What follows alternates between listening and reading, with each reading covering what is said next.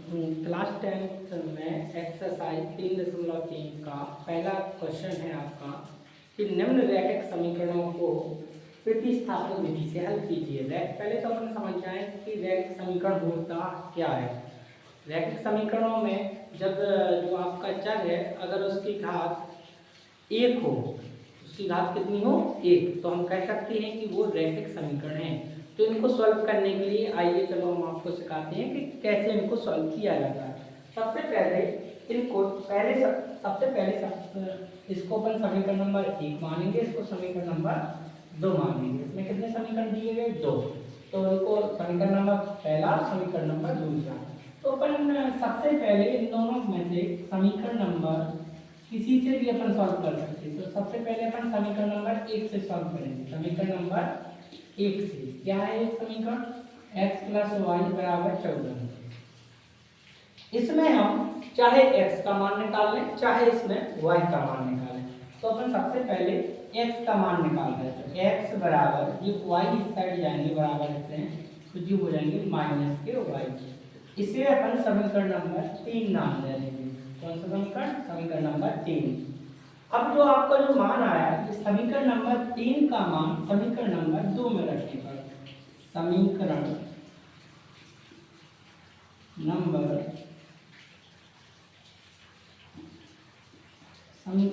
3 का मान समीकरण नंबर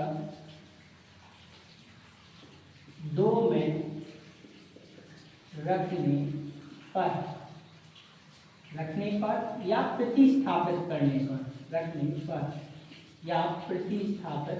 पर तो जब जैसे ही अपन मान रखेंगे x की जगह कितना रखना है? 14 माइनस y। तो x की जगह रखेंगे 14 माइनस y और 14 माइनस y रख दिया और माइनस y पहले से बराबर 4। तो 4 लिख दिया अपन ने। तो 14 और माइनस y कितनी हो जाए? 2y बराबर 4। अब अपन संख्या वाली संख्या साइड ले जाएंगे तो अपना आएगा -2y बराबर 4 माइनस 14 इस साइड आएंगे तो क्या आएगा? 4 माइनस 14। तो -2y बराबर -14 में से 4 चले जाए तो अपने कितने बचेंगे? -10, क्योंकि जो संख्या बड़ी होती उसी का साइन आता है जब प्लस माइनस हो तब। तो y बराबर -10 बटे -2। जब इनको कैंसिल करेंगे तो y बराबर अपना मान आ गया 5।